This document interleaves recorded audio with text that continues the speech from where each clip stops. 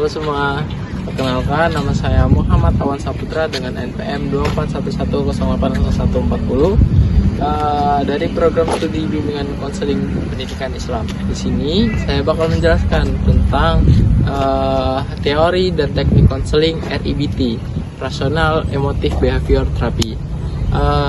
Sebelum saya memasuki, izinkan saya menjelaskan pengertian apa itu teknik REBT.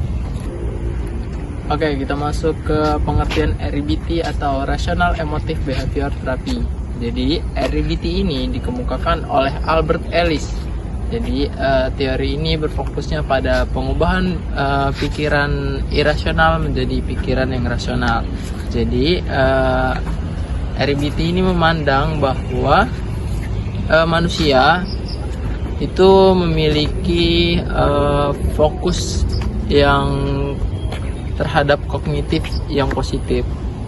Terus REBT ini bertujuan untuk mengubah pikiran klien irasional menjadi rasional.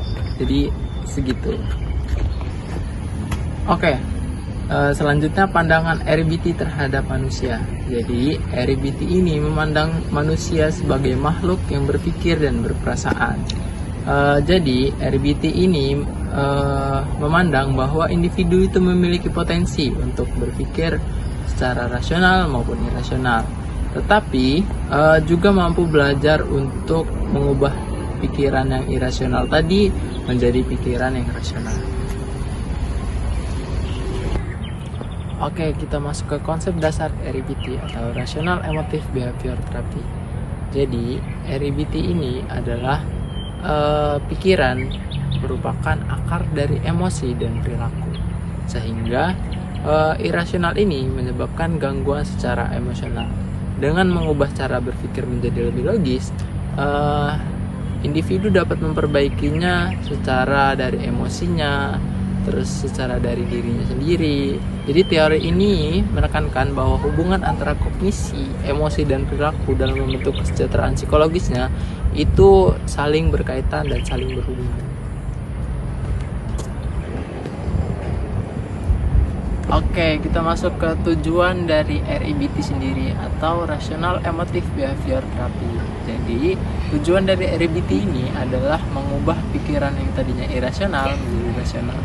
Jadi tujuannya sendiri itu mengubah pikiran yang tadinya konseli berpikiran negatif menjadi pikiran yang positif, supaya si konseli itu dapat berpikir secara produktif dan sehat.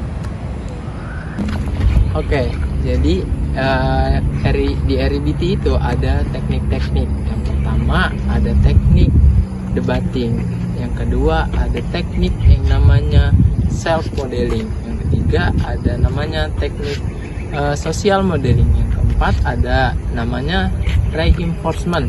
Jadi teknik-teknik itu semua bertujuan untuk mengubah pikiran si konseli tadi menjadi yang tadinya irasional menjadi rasional. Jadi semua teknik tersebut yang saya sudah sebutkan tadi tujuannya hanya satu, mengubah pikiran menjadi lebih positif untuk si konseli berpikir lebih sehat. Oke, kita masuk ke langkah-langkah konseling REBT atau Rational Emotive Behavior Therapy.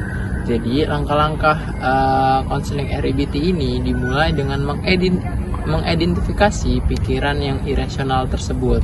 Terus menyadari pengaruhnya terhadap emosi, kemudian menantang pikiran tersebut, lalu menggantinya dengan pandangan yang lebih rasional agar si konseli dapat berpikir dengan sehat. Terus proses ini diakhiri oleh pembentukan filsafat hidup yang lebih sehat dan realistis yang menjadi dasar perubahan panjang si konseli tersebut. Halo semuanya, aku Putri, aku adalah seorang mahasiswa.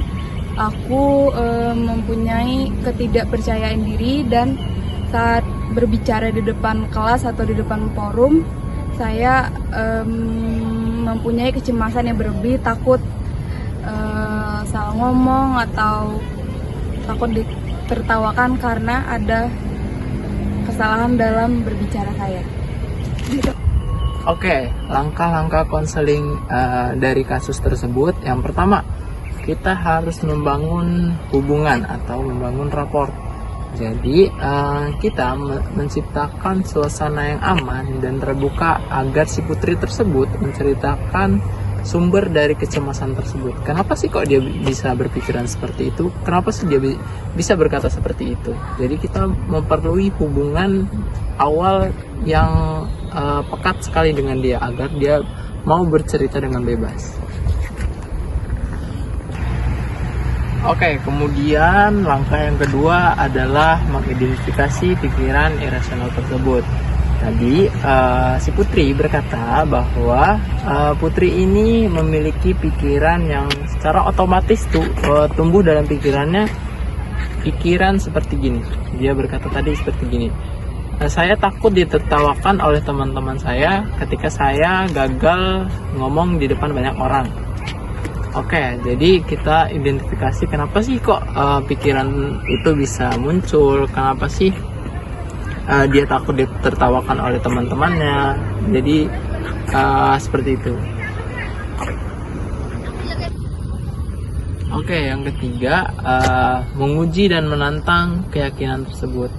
Jadi si konselor mengajak Putri untuk berpikir secara logis. Jadi Putri bisa berpikir takut ditertawakan oleh teman-temannya karena dia ingin tampil sempurna di depan teman-temannya tanpa ada teman-temannya tertawa sedikit pun. Jadi konselor itu menentang dengan cara begini. Apakah ada manusia yang selalu sempurna nih? Apakah nilai atau harga diri Putri ditentukan oleh kesalahan-kesalahan kecil seperti itu? Yang keempat ada mengajarkan pemikiran secara rasional.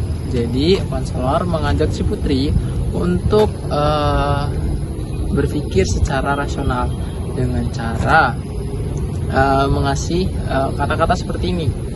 Jadi saya boleh melakukan kesalahan dan saya tetap berharga meskipun tidak sempurna. Oke, yang kelima itu adalah dengan cara menyuruh si Putri tadi untuk latihan di depan cermin atau latihan di presentasi kelompok kecil. Jadi untuk memulai hal-hal yang baru, untuk mencoba Putri belajar di depan cermin, presentasi di depan cermin, untuk berbicara di depan cermin, gimana cara untuk gestur tangan, gestur tubuh, itu semua dipelajari di depan cermin. Terus yang kedua ada presentasi kelompok kecil. Jadi maksud presentasi kelompok kecil ini bisa dimulai dari orang tua. Jadi seperti presentasi di depan ayah atau ibu. Jadi setelah presentasi di depan ayah atau ibu, jadi si Putri ini dikoreksi oleh ayah sama ibunya gimana cara presentasi yang baik dan benar, seperti itu. Oke, kemudian yang terakhir itu melakukan identifikasi. Jadi melakukan identifikasi gimana perkembangan si Putri ini, gimana setelah dia berlatihan di depan cermin, di depan kelompok-kelompok kecil, gimana perkembangan ke depannya. Jadi kita akan melakukan, si konselor akan melakukan evaluasi setiap minggunya untuk gimana sih perkembangan Putri selama beberapa minggu.